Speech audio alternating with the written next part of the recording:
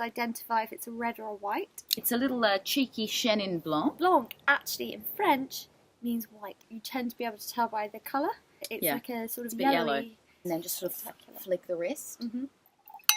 I find that the more I swill, the more it sort of loosens up the liquid and my wrist for further consumption. I like to sort of start with a I really like to just sort of get it in there, and then I move my nose up. That's really fumey, isn't it?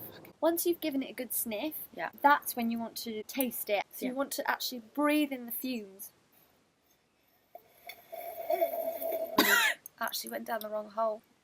That is complex. That's incredible. I'm 100% getting acid.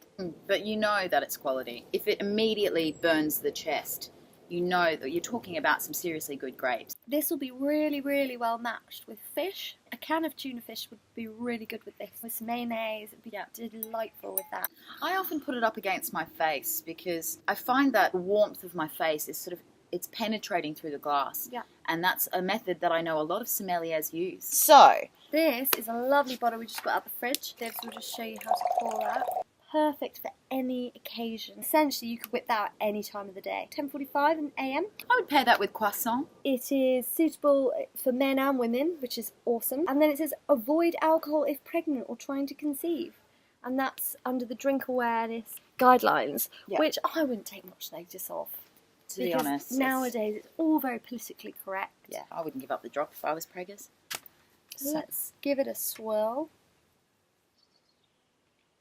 It's mischievous. It's naughty. But it's loyal. Rosé, if you don't know, it's like a rosy colour.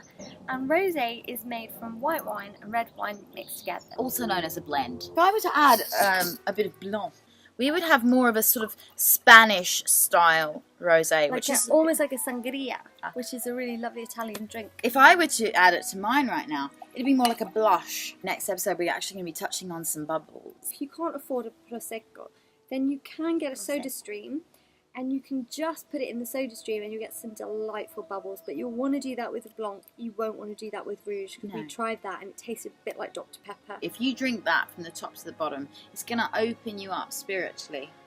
I only spent a small amount of time in Florence.